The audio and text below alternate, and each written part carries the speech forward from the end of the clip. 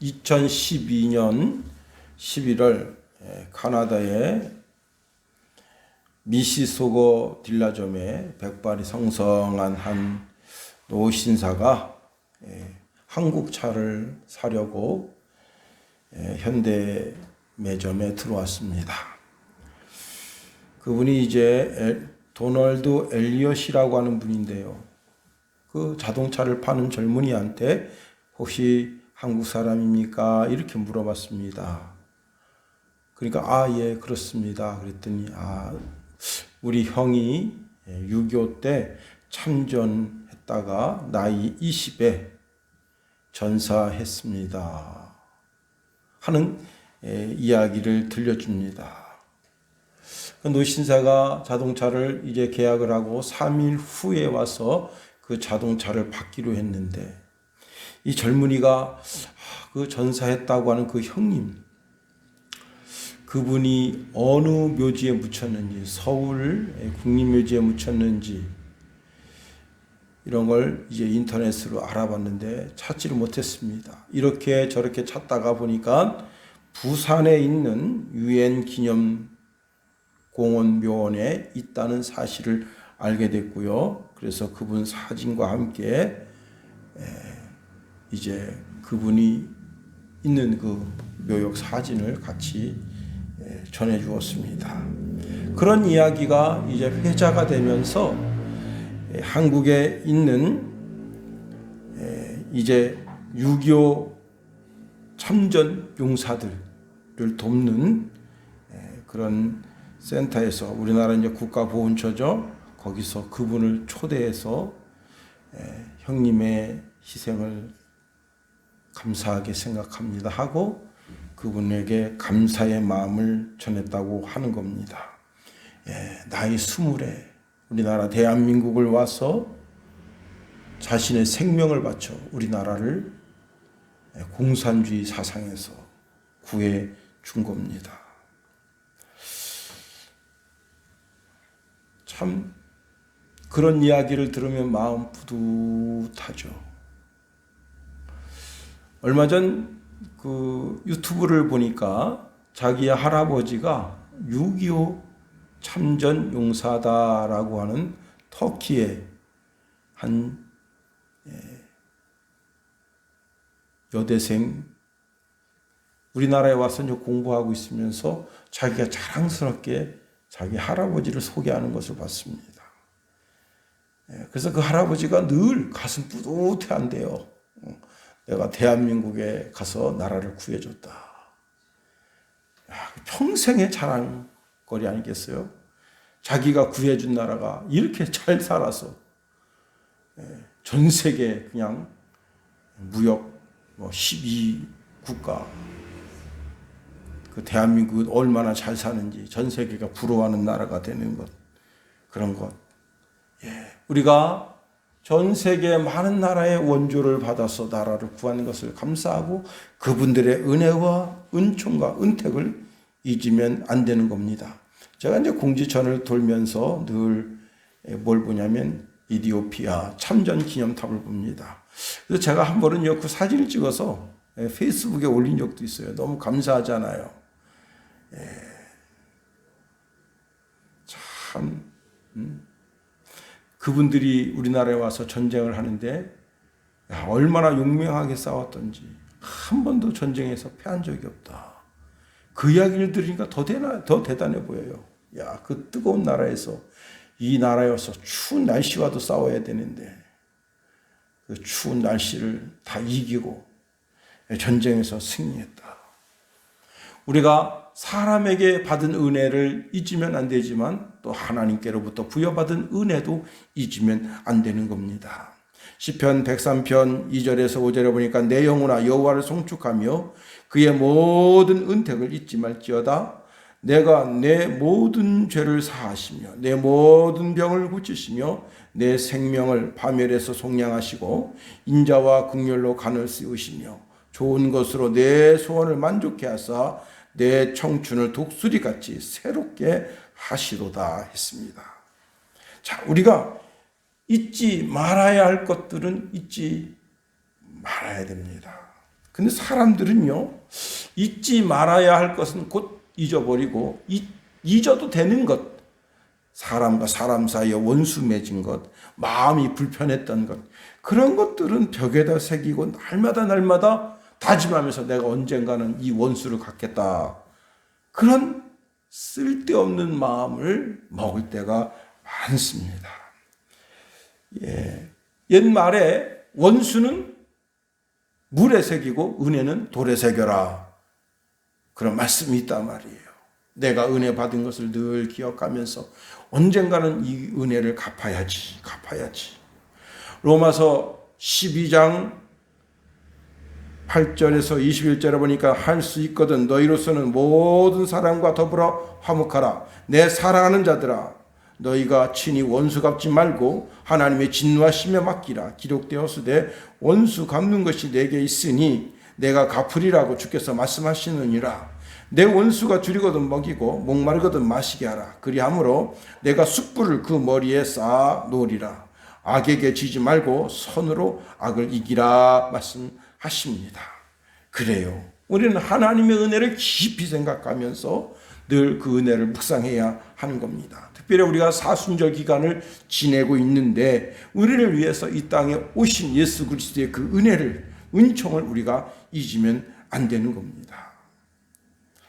사사기 2장 17절에 보니까 그들이 그 사사들에게도 순종하지 아니하고 오히려 다른 신들을 따라 음행하며 그들에게 절하고 여호와의 명령을 준행하던 그들의 조상들이 행하던 길에서 속히 치우쳐 떠나서 그와 같이 행하지 아니하였더라. 하나님을 잘 섬기며 살았던 조상들을, 아브라함, 이삭, 야곱, 요셉, 그 모든 믿음의 후대들, 그들처럼 하나님을 잘 섬기고 하나님 은혜 가운데 살려고 몸부림치던 그런 삶을 속히 떠나서 바알을 섬기고 아스다도스를 섬기고 몰록을 섬기고 그렇게 하나님 은혜 가운데 속히 떠나 버렸다고 하는 겁니다. 한 시대 이스라엘을 잘 지도했던 운니엘이 죽으니까 이들이 아주 신속히 하나님을 떠나 우상에게로 발길을 돌렸다. 하나님이 이렇게 많이 보고 계시는데, 어떻게 행동하는가를 보고 계시는데, 그런 가운데서 죄악을 행하니까 하나님의 손이 이스라엘 돕고 이스라엘 향하여 그들을 구원하고 하시다가 그 손을 쓱 빼셔서 이제는 어떻게 하셨느냐? 그 손을 모압 왕 에글론에게로 향하셨다 하는 겁니다. 여러분, 하나님의 손이 항상 우리에게 있어야 되는 거예요. 우리를 도와주도록, 그 하나님의 능력의 손으로 우리를 붙들어 주시도록 우리가 늘 기도하고 간구함으로 말미암아 하나님의 손길이 떠나지 않는 그런 인생이 되어야 하는 겁니다. 하나님의 손길이 이스라엘에서 떠나시고 그 손길이 모압 왕 에글론에게 향하니까 모압이 강해집니다. 급속도로 강해집니다. 그리고는 그 모압 왕 에글론이 암몬과 아말렉 자손을 모아가지고 이스라엘을 쳤어요. 아주 쉽게 종려나무 성읍을 빼앗았습니다. 자, 모압과 암몬은 그렇다 치고 아말렉은 어떤 사람들입니까? 하나님께서 과거에 그들을 아주 진멸하라고 명령하셨던 족속이에요. 다시 말하면 하나님께서 이 지구상에서 가장 싫어하는 족속들, 아니 이스라엘 백성들도 가장 싫어하는 경멸의 대상이 되는 그 족속들에게 짓밟히는 거예요. 내가 한 학급에 찌질이라고 여겼던 개가 나를 괴롭힌다고 생각해 보세요. 이건 말도 안 되는 일이 벌어진 거 아니에요. 그런 일을 이스라엘이 지금 경험하고 있는 겁니다. 그렇습니다. 자, 그 누구보다도 아말렉을 통해서 얻어맞으니까 심히 마음이 상하고 자존심이 상하고, 그 아말렉은 사람의 인정을 봐주질 않습니다. 울면 울다고 덧때리고 때렸는데도 아무 말 안 하면 맷집 세네 그러면서 또 한 대 때리고, 그런 족속이 암몬 족속입니다. 그러니 여러분, 우리가 그런 매를 맞기 전에 먼저 정신을 차려야 되는 거예요. 지금 서해 5도에 방사포를 지금 북한이 방열해 놓고 있다는 겁니다. 백령도와 인근 섬이 위험에 빠졌대요.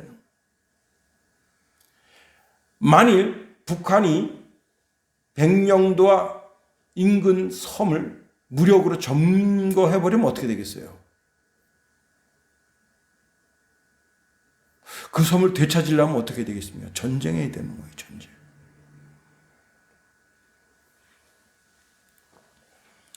참, 오늘날 베트남에는 늙은이가 없대요.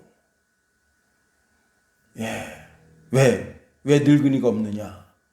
그때 당시 월남전이 패망하고 모든 젊은이들을 끌고 가가지고 강제 노역을 시키는데 한 사람도 월명궁이 군들이 죽인 적은 없대요. 한 사람도. 스스로 자살하게 만들었다는 거예요.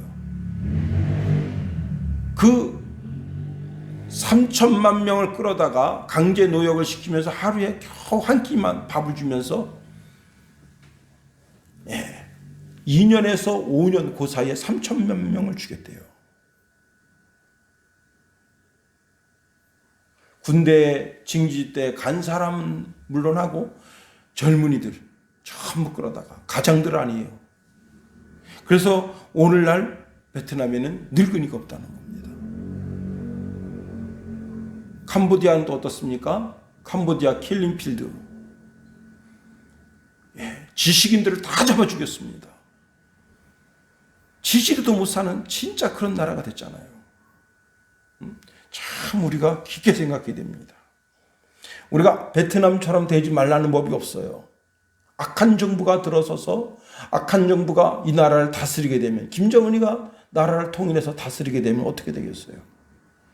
이 대한민국의 젊은이들 다 끌어다가 강제 노역시키고 하루에 한 끼만 주고 스스로 자기 자신을 한탄하면서 스스로 자살하게 만드는 거예요. 그 5년 동안 3천만 명. 허리가 꺾이는 거예요. 나라가 망하는 거예요. 자, 이스라엘이 아픈 매를 맞고 종려나무 성인 여리고성을 빼앗겼습니다. 그리고 에글론 모압 왕이 18년 동안 이스라엘을 다스렸어요. 암몬의 8년 동안 다스릴 때보다 더 무섭게 시달렸습니다. 그러니까 우리가요, 죄를 깨닫고 즉시 회개하는 게 굉장히 중요해요. 이스라엘 백성들은 그 죄를 짓고 18년이라고 하는 그 긴 기간 동안 이리 진이기고 저리 진이기고 이리 더 터지고 저리 더 터지고, 내 딸이 빼앗겨서 그들의 놀이개가 되고 내 아들이 거기 끌려가서 그들의 짐꾼 노릇을 하고, 그런 일들을 18년 동안 당하고 나서 그때 비로소 그들이 부르짖기 시작했습니다. 15절 말씀해 보면요, 이스라엘 자손이 여호와께 부르짖음에 그렇게 말씀하고 있습니다. 여기 여호와께 부르짖었다고 하는 것은 하나님께 대한 기도가 아주 깊은 절망 가운데 하나님의 도움을 얻고자 부르짖었다는 겁니다. 그때 하나님께서 한 구원자를 내셨는데 그 사람에 대해서 이렇게 말씀하고 있네요. 15절 중간절에 보세요. 그는 곧 베냐민 사람 게라의 아들 왼손잡이 에웃이라. 오늘 본문에 있는 말씀을 통해서 왼손잡이 에웃을 한번 살펴보려고 하는 겁니다. 우리가 15절에서 주목해 볼 단어가 왼손잡이라는 단어입니다. 왼손잡이, 에웃은 왼손잡이였다. 저는 이제 성훈이가 왼손잡이인데요. 제가 왼손 쓰는 것에 대해서 어른들더러 나무라지 마세요. 걔도 하나님이 주신 본성이라고 하는 것이 있는데 그 본성을 통해서 그 왼손을 쓰는 것을 자꾸 억제하면 어떤 일이 벌어지느냐. 그 오른쪽 뇌가 발달되지 않으면서 자기가 하려고 하는 그 기량을 필 수가 없게 되는 거예요. 그것도 하나님 주신 복이다. 그렇지 않아요? 하나님께서 태중에 그를 지으실 때 성향이 왼손잡이 성향으로 하신 거예요. 그래 예술적으로, 문화적으로, 뭐 창작 면에서 이런저런 면에서 잘 활동할 수 있도록 하나님께서 태중에 그렇게 지으셨는데, 사람이 그거 왼손잡이 쓴다고 해서 자꾸 그거 괴롭혀서 오른손잡이 만드는 것이 그렇게 옳은 것이 아니다. 저는 그렇게 생각합니다. 왼손잡이도 하나님 주신 복이다. 또 내가 오른손잡이면 오른손잡이에 대한 복이 있는 거죠. 그런데 오늘 본문의 이 에웃은요, 그런 의미가 아니에요. 원어적으로 보면요, 오른손을 쓰지 못하는 자라는 뜻이에요. 오른쪽 손을 쓰지 못하는 자. 그게 뭐예요? 에웃은 오른손을 전혀 쓰지 못하는 불구자였다 하는 겁니다. 물론 에웃이 양손잡이였을 가능성도 있어요. 두 손을 다 쓰는데 주로 오른손보다 왼손을 쓰는 사람이었다. 70인경에 히브리 성경을 헬라어 성경을 번역할 때 양손잡이라고 하는 단어로 바꿔서 번역했습니다. 왜 그렇게 했는가 하면, 아니 장애인이 우리나라를 구했다. 그게 다른 사람들한테 알려지는 게 부끄럽잖아요.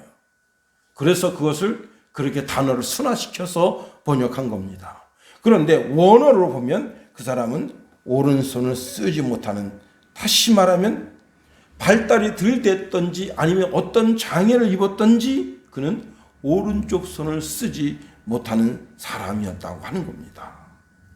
저는 이 단어를 깊이 묵상하면서 이 오른손잡이, 오른쪽 손을 쓰지 못함으로 말미암아 오히려 그게 에웃이라고 하는 사람에게는 복이 되었다라는 사실을 우리가 본문을 통해서 발견하게 되는 겁니다. 자, 한쪽 장애를 가지고 있다고 하는 것이 어떻게 복이 될 수 있겠어요? 두 발을 정상적으로 쓰고 두 손을 정상적으로 쓰는 것이 복된 것이지. 자, 한쪽 장애를 가지고 있으니까 어떤 일이 벌어졌겠습니까? 그가 자랄 때 수많은 사람들을 하여금 그 장애 때문에 비웃음을 받지 않았겠어요? 조롱거리가 되지 않았겠어요? 제가 초등학교 때 손가락이 6손인 아기가 있었어요. 참 얼굴이 이쁘게 생겼어요. 군인 가족인데. 저는 제가 초등학교 1학년, 2학년 그 애하고 같은 반이었었는데 그 애처럼 얼굴이 뽀얗고 하얀 애를 본 적이 없어요. 왜? 시골 애들은 다 검은 티티예요. 여자애들은 다. 근데 걔는 군인 가족인데 얼굴이 뽀였어요. 밀가루처럼. 야, 저런 애도 있구나. 인형 같은 애도 있구나. 근데 애들이 늘 놀렸어요. 육손이래 막 그러면서 병신이래. 그러면 걔가 그냥 그 자리에 그냥 퍼석 주저앉아가지고 막 그 닭똥 같은 눈물을 흘리면서 울어요. 참 이렇게 측은지심이더라고. 그렇게 이쁜 애가 그렇게 우니까 누가 좀 달래주면 좋겠는데, 제가 막 용기가 있어서 막 뭐 스퍼가이 같아서 막 달래줄 텐데 저도 그냥 가만히 우두커니 보고 있는데 애들이 어느 누구 하나 가서 걔를 달래주는 사람이 없습니다. 선생님이 수업 시간 되면 와서 야, 왜 우냐? 그러면 애들이요 놀렸어요. 근데 걔가 2년 있다가 이제 군인 가족이니까 이사를 간 거 아니에요? 더 이상 보이지가 않더라고요. 그래요. 아니 오른손에 손가락 하나 이렇게 더 나왔는데 그것 때문에 사람들이 그걸 육손이래. 그래서 걔를 놀려대는데 그것도 마음의 상처가 돼서 괴로워하는데, 장애를 가지고 있어 보세요. 특히 이스라엘 백성들 안에서 장애를 가지고 있어 보세요. 야, 그건 진짜 모든 사람들이 뭐라 했겠어요. 자, 예수님께서 길을 가시는데 나면서 장인, 이 두 눈을 보지 못하는 장애인을 발견합니다. 제자들도 대뜸하는 소리가 이렇게 말합니다. 예수님, 저 사람이 저렇게 소경이 된 것은 자기 부모 죄 때문입니까? 저 사람 죄 때문입니까? 뭐라고 한 거예요? 죄 때문에 저런 결과가 오지 않았느냐 하고 정지하고 나선 거예요. 그러니 소경인 것도 그러할진데 하물며 여러분 한쪽 팔을 쓰지 못하는 것에 대해서는 얼마나 많은 사람들로 하여금 조롱 소리를 들었겠어요. 자, 그런데 그가 그렇게 오른손 장애를 가지고 있으면서 오히려 그것 때문에 그는 나라를 구하는 인물이 될 수 있었다는 겁니다. 모든 사람들이 다 장애인이라고 비웃고 손가락질 했음에도 불구하고 하나님은 그 사람을 들어서 쓰셨다는 거예요. 여러분, 나이가 75세가 된 늙은 아브라함을 부르시고 하나님은 그를 복의 조상이 되게 하셨다. 나이가 80세 이제 자기 묘자리나 보러 다녀야 되고 자기가 들어갈 관을 오등나무로 할 것인가 참나무로 할 것인가 그것을 재야 될 나이 80된 모세를 하나님이 들어서 쓰셨다. 그 무슨 뜻이에요? 내가 함께하면 나이 80된 노인네라도 나라를 구하는 인물이 될 수 있다 하는 겁니다. 하나님이 함께하면 그것을 보여주는 거예요. 이스라엘을 구원하고 구원하지 않는 것은 사람의 어떤 지력, 사람의 어떤 능력, 군사력 거기에 있지 않다는 거예요. 하나님께서 하시려고 하시면 한 시대에 하나님의 사람 한 사람만 있어도 그 사람을 통해서 하나님이 하시고자 하시는 일을 하신다는 겁니다. 그래요. 아버지도 무시하고 형들도 무시하는데 형들이 위에 7명이나 있어서 꿀밤 한 대만 때려도 7대를 맞아요. 한 사람이 잔소리하면 7번 잔소리를 듣는 사람이 있습니다. 다윗입니다. 모든 사람이 그 아버지도 어머니도 다 무시해요. 여러분, 그런 가정에서 자란 다윗이라고 한 소년이 사람 되겠습니까? 한 시대 인물 되겠습니까? 그 잔소리에 짓눌려가지고 얘가 날마다 기가 죽어 있을 거 아니에요. 그런데 그런 다윗을 하나님이 들어서 너희들이 다 비웃고 조롱하는 그런 사람이지만 내가 그를 들어서 한 시대의 위대한 용장으로 쓰고 위대한 인물로 쓰시겠다고 하시는 분이 우리 하나님이십니다. 하나님은 못하실 일이 전혀 없으신 분이에요. 우리가 하나님의 장중 안에 붙들림 받기만 하면 되는 거예요. 여러분, 알렉산더 플레밍이라고 하는 사람이 페니실린을 발견했는데 이것을 통해서 그는 노벨 의학상까지 받았다고 합니다. 그런데 이 페니실린을 발견하게 된 그것이 아주 우연히 그의 실수를 통해서 페니실린을 발견하게 됐습니다. 그가 이제 세균을 배양해 두는 그 접시를 뚜껑을 닫아야 되는데 뚜껑을 닫지 못했어요. 세균이 왕성하게 번성해 있었을 때 그 뚜껑 끝자락에 파란 곰팡이가 있었습니다. 근데 그 곰팡이가 순간적으로 자라면서 그 안에는 세균을 싹 죽여버린 거예요. 이것은 플레밍이 발견하려고 해서 발견한 것이 아니라 아주 우연히 자기의 실수 속에, 이건 큰 실수죠. 어마어마한 실수죠. 근데 그 실수를 통해서 아주 우연히, 왜? 그가 플레밍이 그때 당시에 수많은 아이들이 별것도 아닌 그 세균에 의해서 죽어가는 것을 보면 가슴 아파하고, 하나님, 내가 저들을 살릴 수 있는 지혜를 주십시오. 그렇게 매달릴 때 하나님께서 그에게 그 실수를 통해서 그것을 발견하게 하신 거예요. 여러분, 한타박스 아시죠? 쥐에서 그 쥐 유출물 때문에 사람이 고열로 죽어가잖아요. 제가 군생활 할 때만 해도요, 위행성 출혈열로 죽는 사람이 굉장히 많았었습니다. 별것도 아닌 건데. 그런데 그 한타 바이러스를 발견한 그분이 어떻게 발견했는 줄 아세요? 미국인들은 5일 근무제예요. 5일 근무제. 그래서 월요일부터 그 연구실에 처박혀가지고 그 세균에 대해서 연구를 합니다. 근데 5일 되면 퇴근해요. 근데 이 한국 사람은 퇴근할 일이 없어. 왜? 어차피 가봤자, 집에 가봤자 그거예요. 뭐 놀아주는 사람도 없고, 미국 애들은 토요일날 막 파티를 하고 막 진짜 걸팡지게 노는데 자기는 뭐 어디 가서 놀 데도 없어요. 그래서 6일째 되는 날 한타 바이러스를 멸균할 수 있는 길을 발견한 거예요. 왜? 6일째 그 균이 역사한 거예요. 여러분, 별것도 아닌 것 같지만 그것 때문에 많은 사람들이 사는 거 아니에요. 하나님께서 우리를 사용하실 때 우리의 정신도 사용하시고 우리의 마음도 사용하시고 우리의 흉터도 티도 약점도 다 사용하실 수 있다는 거예요. 그러나 오히려 완벽한 사람, 흠도 점도 티도 없이 완벽한 사람, 키도 쭉쭉, 몸매도 막 멋지고 지력도 지혜도 대단한 그런 사람이 오히려 하나님의 장중 안에 붙들림 받아서 쓰임받기 쉽지 않습니다. 왜? 그는 그것이 자기 자신을 세우는 교만함이 될 수 있어요. 하나님은 교만한 사람을 들어 쓰지 아니하십니다. 오히려 자기가 키도 크고 지력도 있고 지혜도 있고 모든 것을 다 완벽하게 갖추었음에도 불구하고 하나님 앞에 겸손히 자기 자신을 드리는 그런 사람, 하나님께서 들어서 한 시대 위대한 인물로 쓰시기를 좋아하는 사람입니다. 자, 다시 본론으로 가봅니다. 오늘 이 에웃이라고 하는 사람이 사지 육신 멀쩡한 사람이었습니다. 그럼 왕 앞에 나아갈 수 있었겠어요? 못 나갑니다.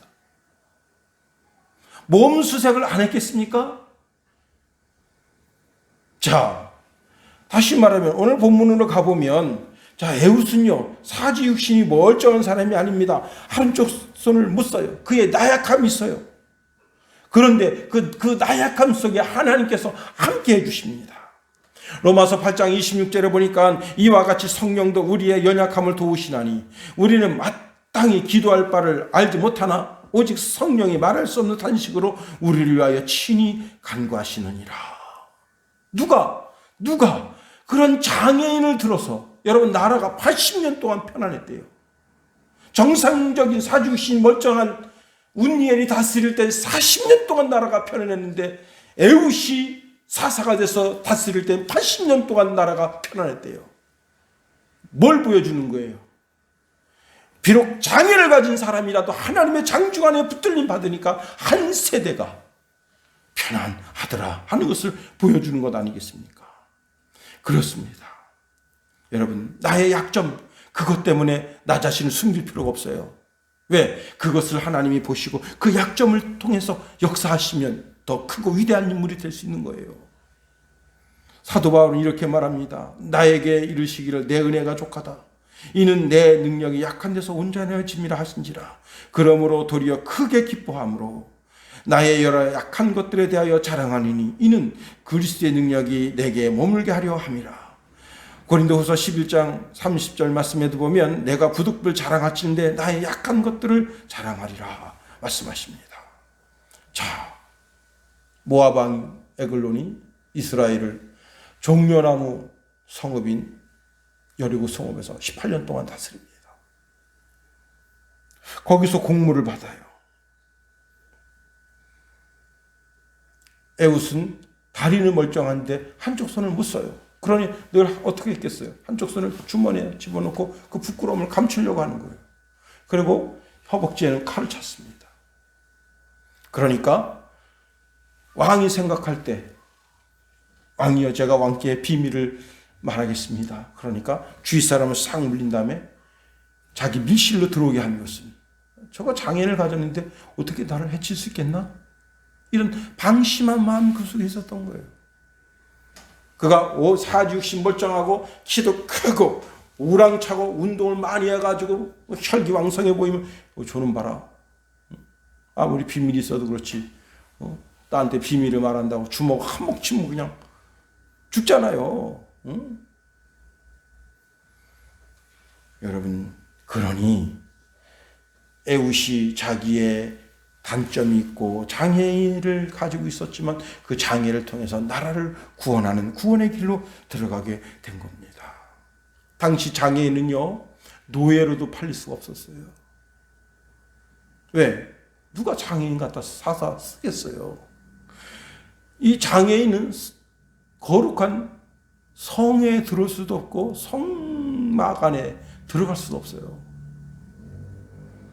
그저 적국 왕에게 조공이나 바치는 수치스러운 일이나 하는 그런 사람이어야 했었어요. 그런데 그를 통해서 하나님이 나라를 구원하는 구원자가 되게 하셨다.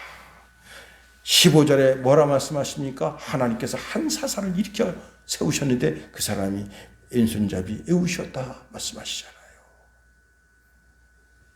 이제 말씀을 마칩니다. 나의 약함이 오히려 하나님이 쓰시는 가장 강력한 도구가 될 수가 있어요. 나 자신을 하나님 앞에 드리고 하나님의 인도함을 받는 것이 얼마나 중요한가를 오늘 보면 에웃을 통해서 다시 한번 깨닫게 되는 겁니다. 그러므로 혹시 나의 약함이 없을지라도 오히려 약함이 없는 그 약함을 통해서 하나님 앞에 자기 자신을 내려놓으면 더 멋지게 쓰임받는 것 아니겠어요? 그래서 한 시대에 하나님의 사람으로 멋지게 사는 우리가 다 될 수 있기를 예수님의 이름으로 축원해 드립니다. 주기도문 하겠어요. 하늘에 계신 우리 아버지, 아버지의 이름을 거룩하게 하시며 아버지의 나라가 오게 하시며 아버지의 뜻이 하늘에서와 같이 땅에서도 이루어지게 하소서. 오늘 우리에게 일용할 양식을 주시고 우리가 우리에게 잘못한 사람을 용서하여 준 것 같이 우리 죄를 용서하여 주시고 우리를 시험에 빠지지 않게 하시고 악에서 구하소서. 나라와 권능과 영광이 영원히 아버지의 것입니다. 아멘.